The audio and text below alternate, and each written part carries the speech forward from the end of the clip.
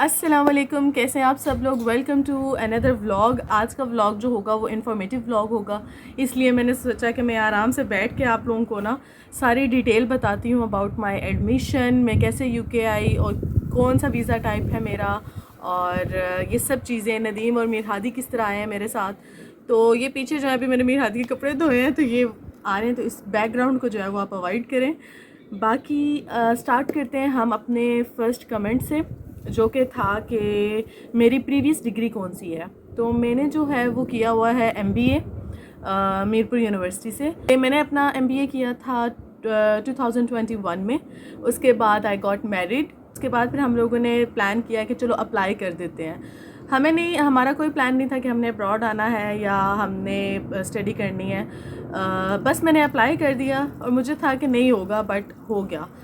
इसकी एक वजह तो ये थी कि एक तो हमारे पास इंफॉर्मेशन नहीं होती इतनी, और जो भी स्टडी करना चाहता है उसका प्रोसेस जो है काफ़ी इजी है, क्योंकि मुझे नहीं था पता, इसलिए मुझे लग रहा था कि मेरा नहीं होगा। लेकिन अब जब हो गया तो मुझे लगता है यार मैं अप्लाई अगर करती पहले भी तो हो ही जाता। तो खैर मैंने कैसे अप्लाई किया, क्या रिक्वायरमेंट्स और कौन से डॉक्यूमेंट्स चाहिए। तो अप्लाई जो है वो मैंने किया था थ्रू कंसल्टेंट। अब मैं कंसल्टेंट का यहाँ पे नाम नहीं लूँगी क्योंकि I am not satisfied with them.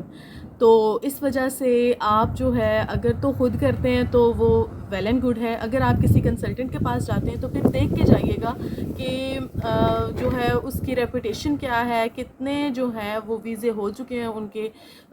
तो ये जो कंसल्टेंट वाला है ना, ये आप खुद देख लेना। बाकी इन्फॉर्मेशन मैं आप लोगों को बता देती हूँ, मैंने किस तरह अप्लाई किया, क्या क्या प्रोसेस था। रिक्वायरमेंट्स जो सबसे पहले बेसिक होती हैं वो तो ये होता है आपके पास पासपोर्ट होना चाहिए, आपका ID होना चाहिए और आपके एजुकेशनल डॉक्यूमेंट्स कंप्लीट होने चाहिए। अब मेरा मसला ये था कि मेरा जो पासपोर्ट है वो बनता था नदीम के नाम पे, हस्बैंड के। तो मैंने तो टोटली पहले अपना ID कार्ड चेंज करवाया, फिर मैंने अपना पासपोर्ट जो है वो बनवाया। उसके बाद जो मेरे एजुकेशनल डॉक्यूमेंट्स थे बाकी सारे कंप्लीट थे, बट मेरी जो मास्टर्स की डिग्री थी वो भी आई नहीं थी। तो फिर मैंने मास्टर्स की डिग्री भी मंगवाई। 3 यूनिवर्सिटीज़ में अप्लाई किया था, 2 लंदन की यूनिवर्सिटीज़ में और एक जो है वो नॉर्थहैम्पटन की थी।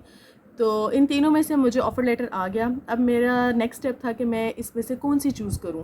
तो लंदन मैंने इसलिए नहीं चूज़ किया कि वो एक्सपेंसिव होता है रहने के हिसाब से, क्योंकि कैपिटल है UK का। लंदन की यूनिवर्सिटी की फ़ी भी एज़ कम्पेयर टू नॉर्थहैम्पटन ज़्यादा थी। तो फिर मैंने क्या किया कि नॉर्थहैम्पटन चूज़ कर लिया। तब मुझे कोई आइडिया नहीं था कि नॉर्थहैम्पटन कैसी प्लेस है, लंदन में क्या खर्चे होते हैं। बस इतना मुझे पता था कि लंदन एक्सपेंसिव और उसकी फ़ीस ज़्यादा है। तो इन तीनों यूनिवर्सिटीज़ में से सबसे कम फ़ीस नॉर्थहैम्पटन की थी।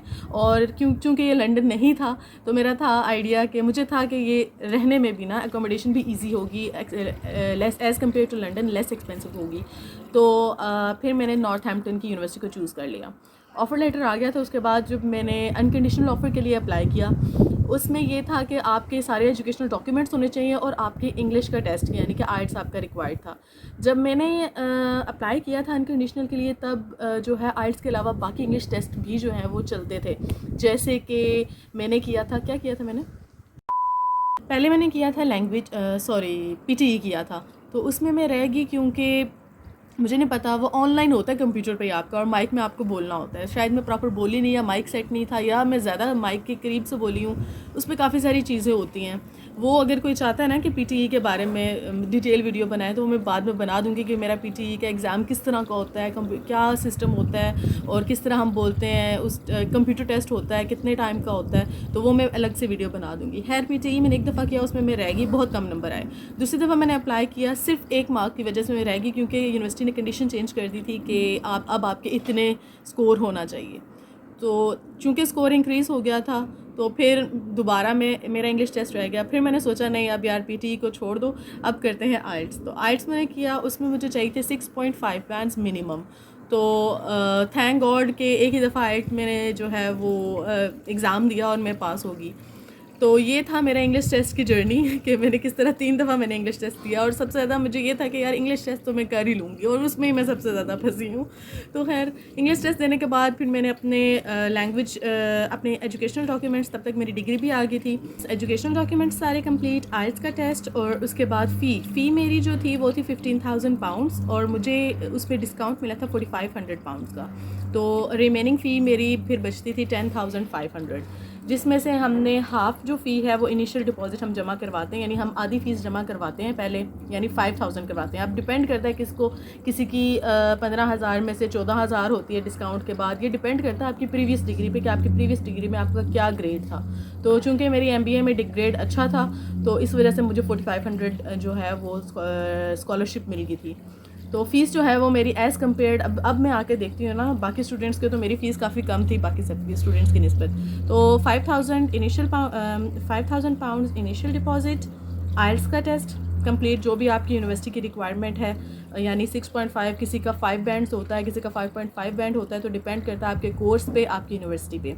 आपके एजुकेशन डॉक्यूमेंट्स कंप्लीट, और उसके बाद आपके पासपोर्ट, ID कार्ड, और मैंने जो है वो एज ए डिपेंडेंट भी साथ लेके जाना था नदीम।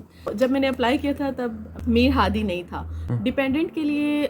डिपेंडेंट का सिर्फ फॉर एग्जांपल नदीम मेरे साथ जा रहे हैं तो सिर्फ इनका पासपोर्ट और ID कार्ड और मैरिज सर्टिफिकेट, और अगर आपका बेबी है तो फैमिली रजिस्ट्रेशन सर्टिफिकेट। ये 3-4 डॉक्यूमेंट्स हैं जो इनके रिक्वायर्ड होते हैं, बाकी डिपेंडेंट्स के इतने डॉक्यूमेंट्स रिक्वायर्ड नहीं होते। मैंने फिर अनकंडीशनल ऑफ़र के लिए अप्लाई कर दिया जब मेरी कंडीशंस पूरी होगी, यानी कि आइल्स और फ़ीस जमा करवानी थी, तो मुझे अनकंडीशनल ऑफ़र आ गया। उसके बाद फिर हमें वेट करना होता है कैस एक ऐसा लेटर होता है जो एक किस्म का स्पॉन्सरशिप होता है जो यूनिवर्सिटी आपको देती है, जिसकी बेस पे जो है आप आते हो। फिर उस कैस के लिए मैं वेट करती रही, और क्योंकि मैंने अप्लाई किया था 2022 सितंबर इनटेक में, लेकिन मेरा जो है वो डेफ़र कर दिया उन लोगों ने जनवरी इनटेक में, क्योंकि उस टाइम बहुत ज़्यादा एप्लीकेशंस थी और बहुत ज़्यादा स्टूडेंट्स का रश था। मैं डेफ़र हो गई, मैंने बड़ी कॉल्स की, बड़ा सब कुछ किया ने, लेकिन ये नहीं माने और मैं डेफ़र हो गया। फिर जनवरी में जो है जनवरी इनटेक आया, तो फिर मैं नहीं जा सकती थी क्योंकि मीर हादी दिसंबर में हुआ था, तो इस वजह से मैंने फिर खुद जनवरी इनटेक का डेफ़र करवा के जून इनटेक में करवा दिया, जून 2023 इनटेक में। तो जनवरी में जब मीर हादी हुआ तो फिर मीर हादी के जो डॉक्यूमेंट्स थे वो हमने बनवाए, जैसे बर्थ सर्टिफिकेट हो गया बेबी का वो फैमिली रजिस्ट्रेशन सर्टिफिकेट बनता है फिर, और बेबी के जितने भी पासपोर्ट हो गया और ये सारी चीज़ें फिर हमने मीर हादी के पेपर्स कंप्लीट किए, क्योंकि कैश हमारा ऑलरेडी आ चुका था जनवरी में। तो उसके बाद सिर्फ हमने मीर हादी के पेपर्स जमा बनवाए और फिर हमने वो सबमिट करवा दिया। कैश आने के बाद जो है फिर सिर्फ 2 चीज़ें रह जाती हैं जब आपके सारे डॉक्यूमेंट्स कंप्लीट हो जाते हैं। फिर आपको जो है UKVI को जमा करवानी पड़ती है अपनी हेल्थ इंश्योरेंस और वीज़ा फ़ी चाहे आपका बेबी, अब मैं जब मीर हादी को लेके आई थी वो सिर्फ 4 मंथ्स का था, तो जितने भी डिपेंडेंट होंगे वो फिर जो है फ़ीस उतनी होगी, लेकिन हर बंदे की फ़ीस सेम है, चाहे वो 4 महीने का बच्चा है, चाहे मैं हूँ, चाहे नदीम है, हम सबकी फ़ी बराबर थी, हेल्थ इंश्योरेंस भी और वीज़ा फ़ी भी। और सबसे बड़ी चीज़, और जो सबसे एंड पे मैं बता रही हूँ, बैंक स्टेटमेंट आपको शो करवानी पड़ती है उन्हें बिफोर कैश लेटर जो है वो तभी इशू करते हैं जब आपके सारे डॉक्यूमेंट्स कंप्लीट हो और बैंक स्टेटमेंट हो। बैंक स्टेटमेंट फिर डिपेंड करता है, अब हम 3 थे तो हमें 3 बंदों की शो करनी थी, और अब आप हिसाब लगा लें कि बैंक स्टेटमेंट जो होती है ना वो बहुत ज़्यादा, और वो मेंटेन रखनी पड़ती है आपको 28 दिनों की, और वो ये नहीं है कि आपके साल पहले पड़े हुए हैं, आपको जो है वो 28 दिन पहले जो मेच्योर हुई होती है, यानी कि आसान अल्फाज में मैं अगर आपको बताऊं तो 28 दिन पहले आपके पैसे आपने अकाउंट में रखने होते हैं।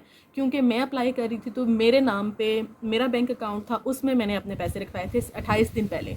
28 दिन जब हो जाते हैं बैंक अकाउंट में पैसे पड़े होते हैं, तब वो बैंक स्टेटमेंट मैच्योर हो जाती है और वो हम लोगों को एम्बेसी में या उन्हें यूनिवर्सिटी वालों को दिखानी होती है एज अ प्रूफ। तो ये बैंक स्टेटमेंट जो है ये सबसे मेन होता है, इसके बाद आपको कैश आता है। तो ये मेन डॉक्यूमेंट्स थे। इंग्लिश टेस्ट हो गया, आपके एजुकेशनल डॉक्यूमेंट्स हो गए, बाकी फैमिली रिलेटेड हो गए अगर आप डिपेंडेंट साथ लेके आ रहे हैं, और बैंक स्टेटमेंट सबसे इम्पोर्टेंट। तो ये चीज़ें हम लोगों ने जब मेंटेन कर ली तो हम लोगों का अपॉइंटमेंट ले लिया हमने एम्बेसी में, और आई थिंक 1 वीक के अंदर हमारा जो है वो वीज़ा लग के आ गया था। सो ये था सारा प्रोसेस।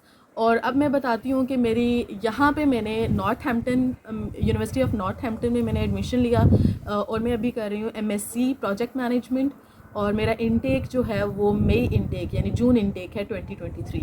तो ये थी बेसिक्स इन्फॉर्मेशन, जो कि बहुत सारे कमेंट्स आए और बहुत सारे इंस्टाग्राम पे DMs आए मुझे इससे रिलेटेड कि प्लीज़ आप पूरा प्रोसेस बताएं, पूरा होल प्रोसेस बता दिए कि मेरा एडमिशन जो है वो कैसे हुआ था, कौन से डॉक्यूमेंट्स रिक्वायर्ड थे, इंग्लिश टेस्ट कौन सा किया था मैंने, मेरी यूनिवर्सिटी की रिक्वायरमेंट क्या थी, फ़ीस क्या थी, इन सब क्वेश्चन का आंसर मैंने इस वीडियो में दे दिया है।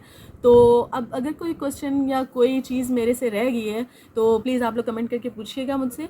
और ये था मेरा प्रोसेस। अब हर बंदे का एडमिशन का प्रोसेस, हर बंदे की फ़ीस, हर बंदे की यूनिवर्सिटी डिफरेंट है, तो लाजमी नहीं कि हर बंदे का प्रोसेस भी सेम हो। तो ये मेरा वीज़ा प्रोसेस था। तो उम्मीद है आप लोगों को काफ़ी सारी इन्फॉर्मेशन मिल गई होगी इस वीडियो में। एक क्वेश्चन जो रह गया, जो कमेंट्स में भी काफ़ी सारे आया था, अकोमोडेशन हमने वहाँ से की थी या यहाँ आके की थी, और टोटल हमारा खर्चा कितना हुआ फ़ीस के अलावा। तो ये इंशाल्लाह मैं आपको अलग वीडियो बताऊंगी, क्योंकि ये काफ़ी डिटेल में है और ये वीडियो काफ़ी लंबी हो जाएगी। अकोमोडेशन का मैं आप लोगों को लिंक्स भी दे दूंगी कि अगर आप वहाँ हैं और आपके यहाँ कोई भी नहीं है तो आपने वहाँ से अकोमोडेशन किस तरह से अरेंज करनी है, तो उसका मैं आप लोगों को लिंक मेंशन कर दूंगी नेक्स्ट वीडियो के कमेंट बॉक्स में पिन कर दूंगी। तो ज़रूर ये वीडियो देखिएगा और वेट करिएगा नेक्स्ट वीडियो के लिए, वो भी काफ़ी इन्फॉर्मेटिव होने वाली है। उम्मीद है आप लोगों को ये वीडियो अच्छी लगी होगी। अगर अच्छी लगी है तो डू लाइक एंड सब्सक्राइब। मिलते हैं नेक्स्ट व्लॉग में, तब तक के लिए अल्लाह हाफिज़। एक चीज़ जो मैं मेंशन करना भूल गई हूँ वो ये थी कि अगर तो आप अपनी फैमिली के साथ आना चाहते हैं, यानी अपने डिपेंडेंट साथ लेके आना चाहते हैं, तो आपको सिर्फ इसी साल आना पड़ेगा सितंबर इनटेक में, क्योंकि नेक्स्ट ईयर से यानी कि जनवरी 2024 में आप ये वाला रूल ख़त्म होने वाला है, और फिर आप अपनी फैमिली साथ नहीं लेके आ सकेंगे। सिर्फ वही ला सकेंगे जो पीएचडी करेंगे, यानी रिसर्च जो करेंगे, सिर्फ वही अपने फैमिली एज ए डिपेंडेंट ला सकेंगे। वरना नेक्स्ट ईयर से रूल चेंज हो गया है, आप सिर्फ स्टूडेंट आ सकता है, वो अपने बीवी बच्चे साथ में नहीं ला सकता। तो ये एक बहुत बहुत इंपॉर्टेंट पॉइंट था जो मेरे से मिस हो गया, और अभी एडिट करते हुए मैंने देखा है। तो जिसने आना है फैमिली के साथ तो वो कोशिश करे कि इसी सितंबर इनटेक में अप्लाई कर दे।